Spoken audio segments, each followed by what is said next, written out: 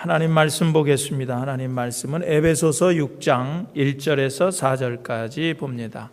에베소서 6장 1절에서 4절까지 제가 봉독해 드리겠습니다. 자녀들아, 주 안에서 너희 부모에게 순종하라. 이것이 옳으니라.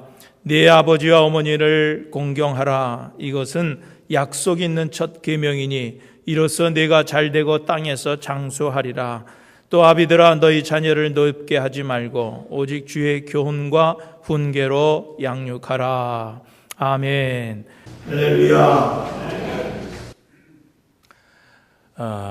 여러분, 십계명이라고 하는 것은 하나님께서 직접 두 돌판에다가 쓰셔서 우리에게 주신 것입니다. 그 두 돌판 가운데 첫 번째 돌판에는 1계명부터 4계명까지 적혀 있는데, 이른바 하나님과의 관계에 대한 그런 계명이 기록되어 있습니다. 그것을 요약하면, 한마디로 요약하면은 하나님을 사랑하라는 거예요. 하나님을 사랑해라. 예수님의 말씀을 표현을 빌리자고 하면은 너희는 몸과 마음과 정성을 다해서 하나님을 사랑해라 하는 그런 말씀이에요.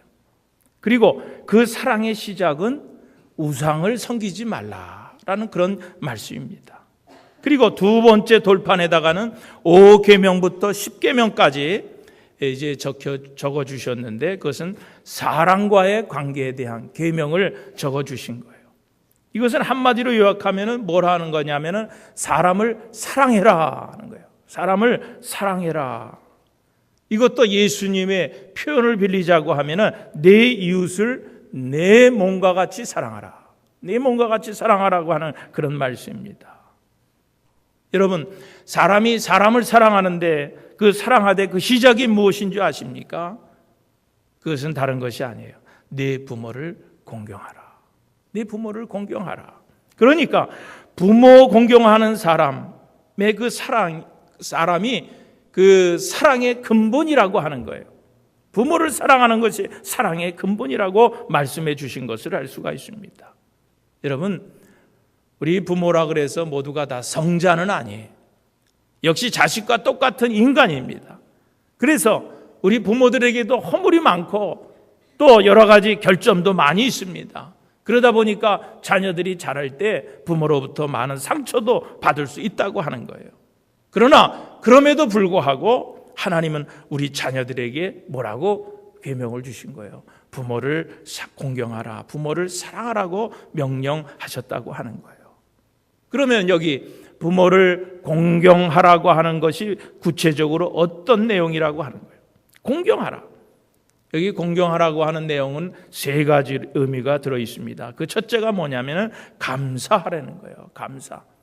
네 부모를 공경하라고 하는 그 첫 번째 의미는 감사하라는 거예요. 감사. 그러면은 무엇을 감사해야 되느냐? 무엇을 감사해야 되느냐? 그것은 첫째로 내 생명 주신 것에 대해서 감사하라는 거예요. 내 생명. 여러분, 오늘 우리가 이 땅에 태어난 것은 우리가 선택한 것이 아니에요.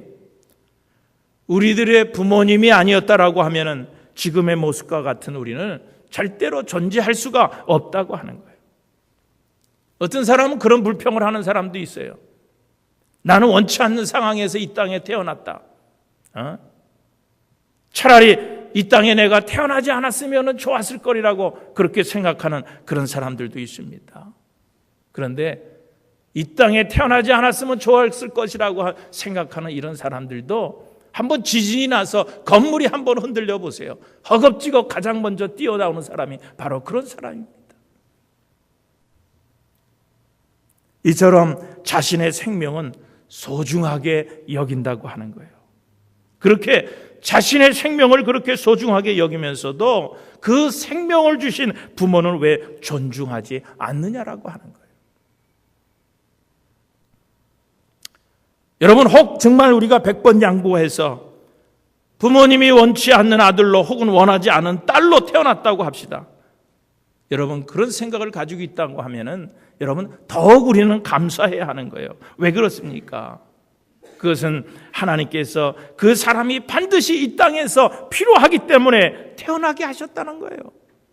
나는 원치 않지만, 부모님들은 원치 않지만, 내 부모님을 통해서라도 하나님은 나를 이 땅에 내시기를 원하셨다라고 하는 거예요.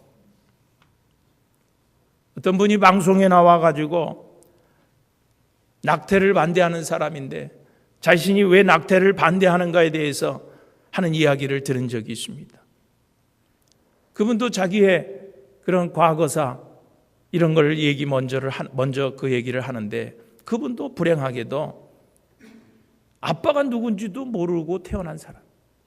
무슨 얘기냐면은 엄마가 강도에게 강간을 당해서 태어난 거예요. 주변에서 그 엄마에게 낙태하라고, 낙태시키라고 그렇게 많은 사람들이 얘기했고, 또 법적으로도 그런 경우에는 합법적으로 낙태가 된다는 거예요. 그렇지만은 자기 어머니는 끝까지 자기를 낳았다는 거예요. 그런데 그렇게 태어난 아기가 정상적으로 성장하기가 어렵잖아요. 그러니까 자기 자신도 아버지가 누군지 모르는 그렇게 태어난 것에 대해서 정말 얼마나 저주스러웠고, 그리고 자기를 낳은 어머니가 얼마나 원망스러웠는지 몰랐다는 거예요. 그런데 자기 자신이 예수님을 영접하고 난 후에 왜 내가 이 땅에 태어났는지, 왜 하나님께서 자기 자신을 이 땅에 보내셨는지 비로소 알게 된다고 하면서 지금은 그 같은 처지에 있는 그런 사람들을 돌보며 치유 사역을 하고 있다고 하는 간증을 들은 적이 있습니다. 그러면서 그가 그런 마지막에 그런 고백을 해. 끝까지 자기 생명을 지켜주시고 세상에 태어나게 해주신 어머니께 자기는 정말 감사를 드린다고 그런 고백을 하는 것을 볼 수 있었습니다.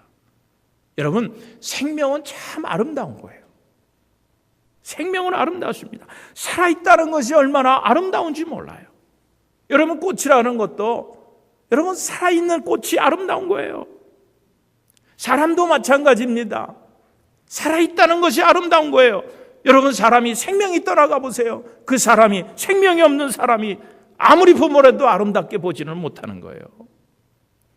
여러분, 생명보다 더 귀한 것은 이 세상에 존재하지 않는다는 거예요. 그렇다고 하면은, 이 생명의 가치를 안다고 하면은,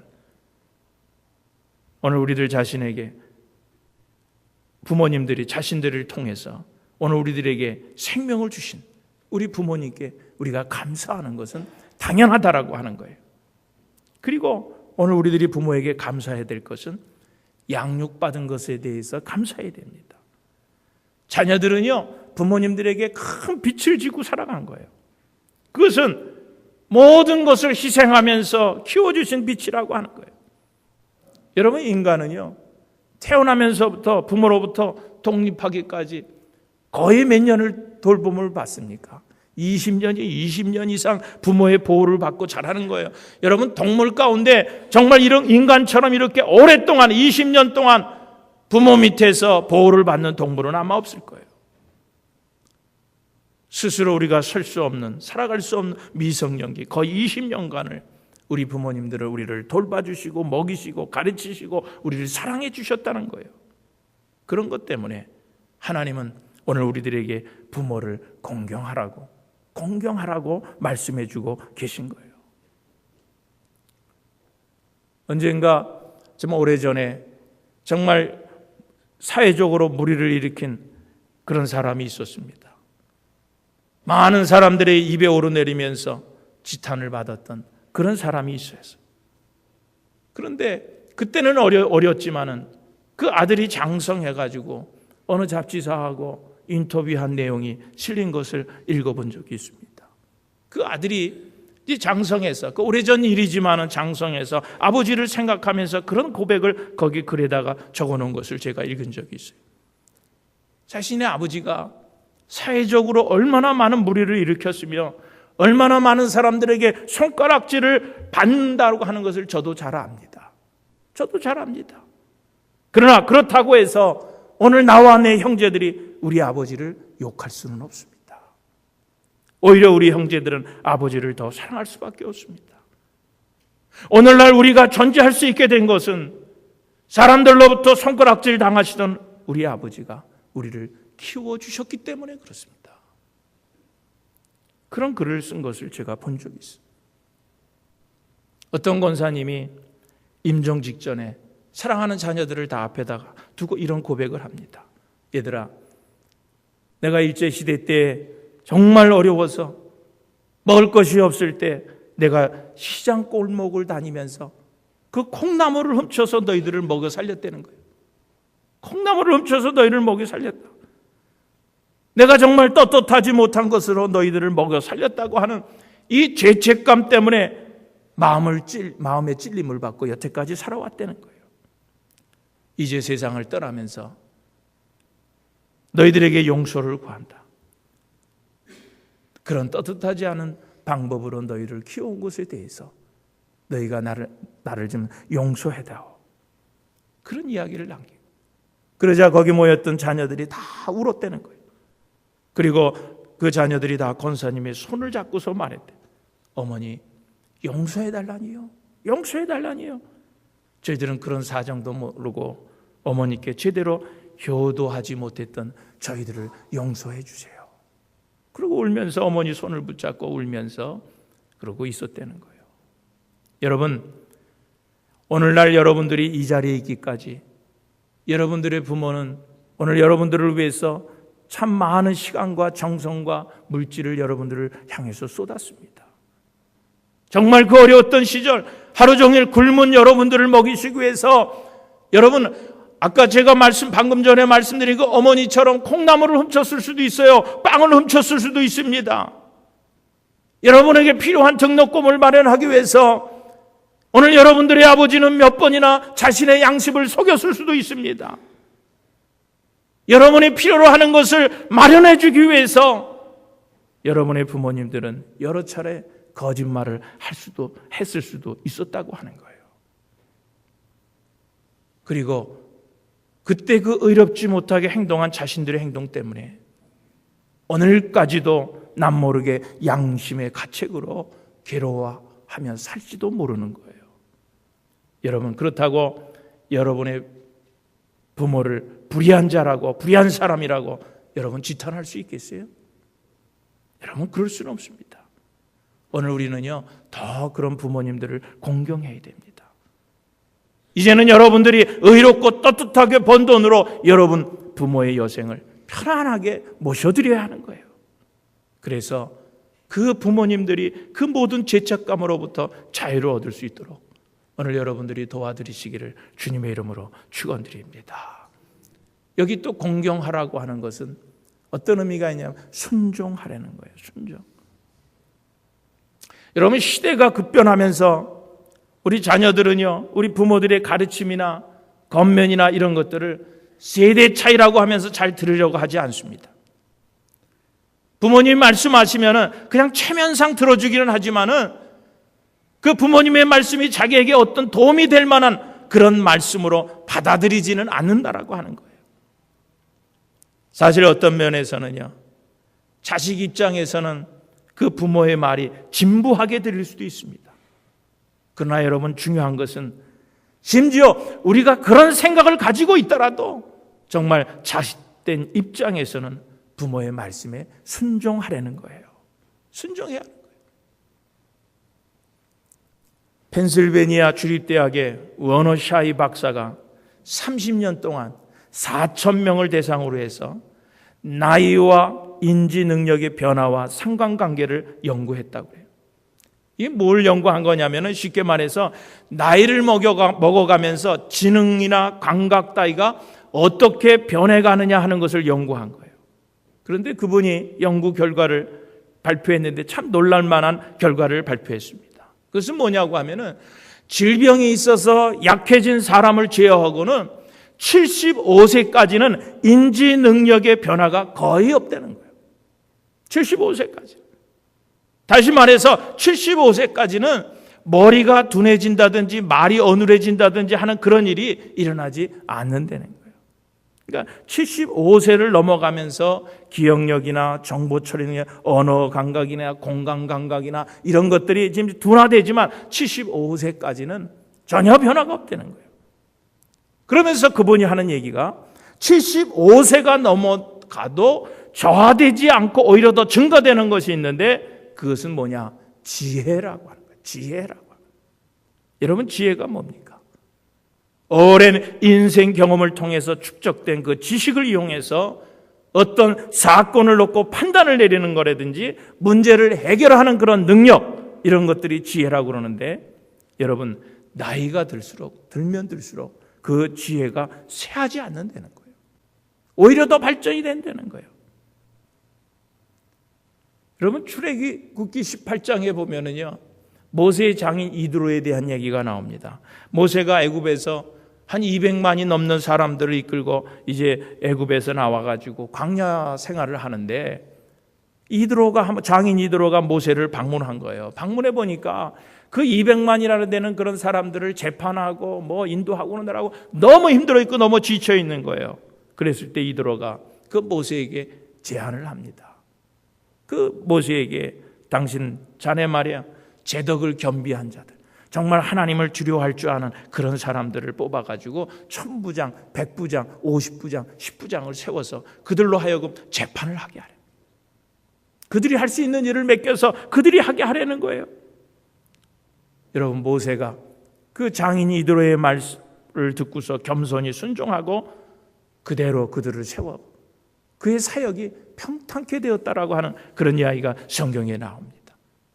여러분, 욥기 12장 12절에도 보면은 그런 말씀이 있어요. 늙은 자에게는 지혜가 있고 장수하는 자에게는 명철이 있느니라 그랬어요. 여러분, 오늘 우리 부모님들이 구시대 사람일지는 모르지만요, 오늘 그분들에게는 뭐가 있는 거예요? 지혜가 있는 거예요. 그분들에게는 명철이 있습니다. 그러므로 우리가 아무리 첨단의 지식을 배웠다 하더라도 여러분, 우리 그리스도인이라고 하면은 부모에게 순종하려는 거예요. 그리스도인이기 때문에 우리가 부모에게 순종하려는 거예요. 영어 성경에 뭐 Obey your parents in the Lord라고 그랬어요. 너희가 그리스도 안에서 내가 예수 믿지 않으면 뭐 어떻게 한들 하나님 뭐라 그러겠어요. 근데 우리가 예수 믿기 때문에, 그리스도인이기 때문에 부모의 말에 순종하려는 거예요. 순종하려는 거예요. 그리고 공경한다라고 하는 그 말은요, 우리 부모님들이 섭섭하지 않도록, 우리 부모님들이 외롭지 않도록 잘 섬기려는 거예요. 잘 섬기려는 거예요. 여러분, 나이가 드신 분들은요, 잘 섭섭해합니다. 예? 잘 서운해해요. 작은 일에도 섭섭해하고 작은 일에도 섭섭해해요. 그리고 그분들은 외로움을 많이 탑니다. 그러니까 여기 공경한다라고 하는 것은 연세 드신 우리 부모님들을 섭섭하지 않게 하려는 거예요. 외롭지 않도록 만들어내는 거예요. 여러분, 지금 현대 사회가 안고 있는 커다란 문제가 뭐예요? 오늘 점점 사람들이 고령화되어 간다는 거예요. 노인의 인구가 점점 많아지고 있다는 거예요. 그러다 보니까 이 젊은 사람들은요, 갈수록 여유가 없어지는 거예요. 물질적으로도 어렵겠지만 사실은 정신적인 여유들도 많이 없는 거예요. 그래서 부모를 모시는 일이 여간 부담스럽고 어려운 일이 아닐 수 없다고 하는 거예요. 그러나 여러분, 우리가 기억해야 될 것이 있어요. 꼭 잊지 않고 기억할 것이 있는데, 그게 뭐냐면은, 여러분, 부모를 경시하는 그런 풍조가 점점 심해지는 것은요, 성경이 뭐라 그랬는지 알아요? 말세의 징조라 그랬어요. 말세의 징조라는 거예요. 디모데후서 3장 1절에서 12절을 보면, 내가 이것을 알라, 말세에 고통하는 때가 이르니 사람들은 자기를 사랑하며 돈을 사랑하며 자긍하며 교만하며 회방하며, 그리고 뭐라 그랬어요? 부모를 거역하며 그랬어요. 부모를 거역. 그러니까 말세에 일어나는 현상 가운데 하나가 뭐냐? 부모를 거역하는 현상이에요. 그러니까 부모를 거역한다고 하는 것은 이제 말세의 징조 중에 하나라고 하는 거예요. 여러분, 우리 사회를 보세요.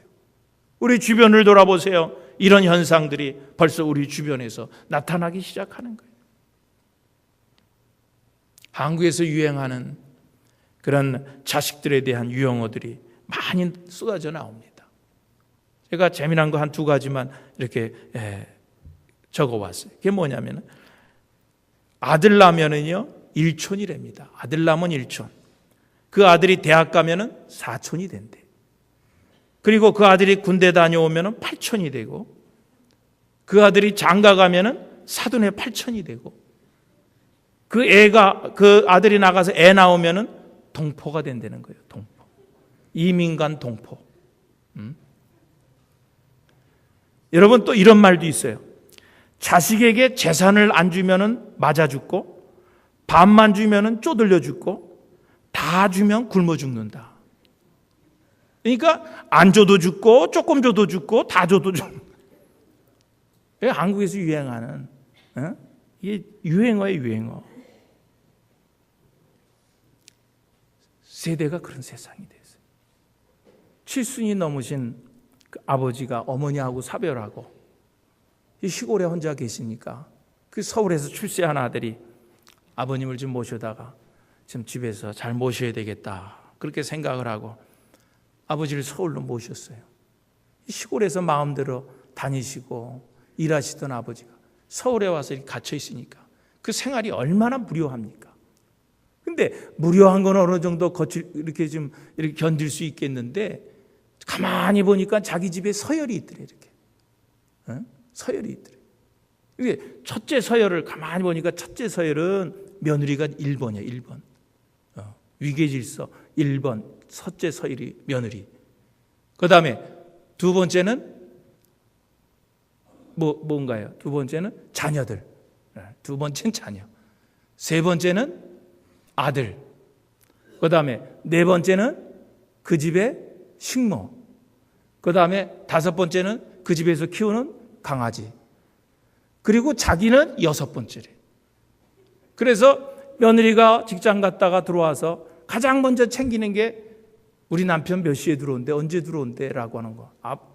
남편에 대한 안부, 언제 들어오는 거, 그것을 묻고, 그 다음에는 강아지 밥 줬냐라고 하는 거, 그거 물어본대. 할아버지 식사는 하셨냐, 점심은 어떻게 해드렸냐라고 하는 건 묻지도 않더래. 그러니까 무료하기도 하고 이런 위계질서가 마음에 안 드는 거예요. 그래서 내가 서울을 떠나야 되겠다, 시골로 내려가야 되겠다. 그래서 아들에게 편지 한 장을 써놨어요. 뭐라고 썼는지 알아요?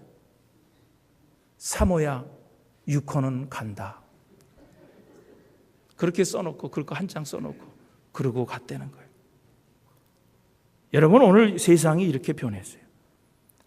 여러분, 또 이런 일들만 있는 건 아니에요. 또 정말 부모 공경에 관한 감동적인 이야기들이 많이 나옵니다. 여러분 잘 아는 대로 공자의 제자였던 민자건에 대한 이야기가 나오죠. 이 사람에 대한 이야기는요, 굉장히 훌륭해서 그런 역사에도 많이 나오는, 소개되는 그런 이야기입니다. 그의 덕행과 효행, 많은 후대 사람들에게 기감이 되는 일들이 많이 있습니다. 이 민자건이라고 하는 이 사람이 어렸을 때 그 계모가 너무 막 성품이 고약한 거예요. 한겨울이 되면 자기 친아들에게는 두툼하게 소물 넣어서 그 옷을 만들어 주고, 이 민자건은 이 전처의 자식이니까 거기다 솜 대신에 갈대잎을 넣어가지고 그리고 그 바지를 만들어서 줬다는 거예요. 자건은, 이 민자건이라는 사람은 그것을 알면서도 모르는 척 하나도 원망하지 않고 잘 참고 견딘 거예요. 그런데 이런 사실을 아버지가 알게 된 거예요. 아버지가 불같이 화를 내면서 저 후처를 당장 내쫓으라고 그런 거예요. 그럴 때 이 민자건 아버지에게 그런 유명한 말을 했다는 거예요. 아버지, 고정하십시오. 어머님이 계시면 아들 하나가 춥지만은 어머님이 안 계시면 아들 셋이 춥습니다. 이 말에 아버지가 감동하고 계모는 크게 뉘우치고 마음씨를 고쳤다는 거예요. 여러분, 성경에도 그런 얘기는 많이 소개되고 있습니다. 여러분, 사무엘하 21장에 보면은요, 참 슬프면서도 감동적인 이야기가 거기 나오는 것을 알 수가 있어요. 다윗이 왕이 돼서 통치를 했는데 3년간 가뭄이 되는 거예요. 가뭄이 극심해. 그러니까 이 다윗이 하나님께 물었어요. 왜 우리나라가 내가 왕이 되자마자 이런 가뭄이 듭니까? 그러자 하나님께서 그 가뭄이 든 이유를 다윗에게 얘기해 줬어요. 사울과 그의 집안 사람들이 범죄 때문이라고 알려줬습니다. 사울이 무슨 범죄를 졌냐고 하면은 기브온 사람들을 많이 죽인 거예요. 원래 기브온 사람들하고는 평화조약을 맺은 사람 맞았어요. 그런데 기브온 사람들을 많이 죽였어요. 그 평화조약을 어기고서. 그러니까 기브온 사람들이 얼마나 억울합니까? 그래서 원통한 부르짖음에 대해서 하나님께서 이스라엘 백성들에게 3년 동안 극심한 가뭄을 주신 거예요. 그래서 다윗이 기브온 사람을 찾아갔어요. 내가 어떻게 해야 너희들의 이 원통함을 달래줄 수 있느냐? 그러니까 그 사람들이 사울의 아들 7명을 달라 그랬어요. 7명을 주면 우리가 그 7명을 죽임으로써 우리의 원을 달랠 수 있다 그랬어요. 그래서 이 다윗이 자기 사랑하는 친구 요나단 아들 무비보셋을 제외하고 사울의 자녀들 가운데 7명의 남자들을 그들에게 넘겨줘서 그들이 그 아들들 7명을 다 처형했습니다. 그런데 그 넘겨준 아들 가운데 2 아들을 잃은 엄마가 있어요. 사울의 첩이었던 리스바라고 하는 그 여인이 졸지에 2 아들을 잃어버린 거예요. 그러니까 그 슬픔이 얼마나 컸겠어요. 그런데 그 고대 근동 사회에서는요, 그렇게 극악한 범죄로 처형된 사람의 경우에는 묻어주지도 않고 그냥 들판에다 갖다가 벌려놓고 새들이 와서 뜯어먹고 들짐승들이 와서 그 시체를 뜯어먹도록 그렇게 내버려 두는 거예요. 그때 그게 장례 그 방법이었습니다. 그래서 그 시체를 그냥 들에다가 2 아들을 갖다가 던져버린 거예요. 근데 어떤 엄마가 가만히 있겠어요? 그 엄마가 그 죽은 그 아들이 있는 시체 광야에 나가가지고 하루 이틀도 아니야 6개월 동안 새가 오면 새를 쫓고 짐승들이 오면 새를 비가 오나 바람이 부나 밤낮으로 그러고 죽은 거예요. 여러분 그 소식이 다윗에게 들려간 거예요. 그래서 다윗이 들판에다가 버려져 있는 그 사울의 아들들 또 사울의 시신까지 다 가져와서 합동으로 장례를 잘 치러주었어. 그 사울 집의 수치를 가려주었다고 하는 거예요. 여러분 이게 어떻게 돼요? 누구 때문에 그런? 2 아들을 잃은 어머님의 아름다운 행위를 위해서 그 사울 가게의 저주와 수치가 중단되었다라고 하는 거예요. 여러분 생각해 보세요. 6개월 동안 광야에서 비가 오나 바람이 부나 추우나 더우나 죽은 아들에게 오는 그런 새들을 날려보내고 오는 그런 시체들, 그 짐승들을 쫓아보내는 그 어머니의 심정이 어떻겠어요? 여러분 우리 어머님들은 그런 거예요. 오늘 본문에 보면은 결론적으로 이렇게 말씀하고 있습니다. 2절에 보니까 네 아버지와 어머니를 공경하라. 이것은 약속이 있는 첫 계명이니 이로써 네가 잘되고 땅에서 장수하리라 그랬어요. 하나님께서는 말씀에 순종하는 자를 범사에 형통케 하신다는 거예요. 말씀에 순종하는 자의 삶은 그 집을 반석 위에 지은 지혜로운 사람같이 범사가 잘 되는 생활의 안전함을 약속해 주시고 땅에서 잘 되고 장수하는 축복을 허락해 주신다는 거예요. 그런데 이런 형통의 축복이 내 때만 이루어진 것이 아니라 그 후손들에게까지도 대대로 미칠 것이라는 거예요. 신명기 5장 29절에도 보면은 하나님께서 뭐라 그랬어요? 나의 모든 명령을 지켜서 그들과 그 자손이 영원히 복받기를 원하노라 그랬어요. 원하노라. 사랑하는 교회 여러분, 오늘은 부모님 주일입니다. 부모님 주일. 사람들의 이목이 있고 체면 때문에 할 수 없이 표하는 그런 순종은 하나님이 원하는 순종이 아닙니다. 그런 효도는 하나님이 원하는 효도가 아닙니다. 하나님 앞에서도 마찬가지, 부모님 앞에서도 마찬가지. 정말 자신의 마음에서 우러나서 진심으로 행하는 그 효를 하나님께서 기뻐하시고 그런 사람들에게, 그런 자녀들에게 오늘 약속하신 형통과 장수의 복을 허락해 주신다는 거예요. 여러분, 성경에 억지로나 인색함으로 하나님께 예물을 드리지 말라 그랬어요. 즐겨내라고 건면한 것처럼 여러분 효도하는 것도 그래요. 순종하는 것도 그래요.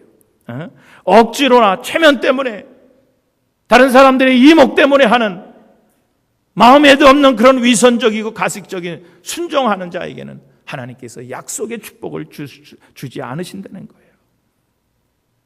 오늘 어버이 주일 아침 우리에게 주신 이 하나님의 교훈을 여러분들 가슴에 깊이 새기고 하나님을 기쁘게 해드리며 부모님을 기쁘게 해드리는, 하나님과 부모 앞에 참된 효자 되셔서 하나님께서 약속하신 축복을 다 받아 누리시는 저와 여러분들이 되시기를 주님의 이름으로 축원드립니다.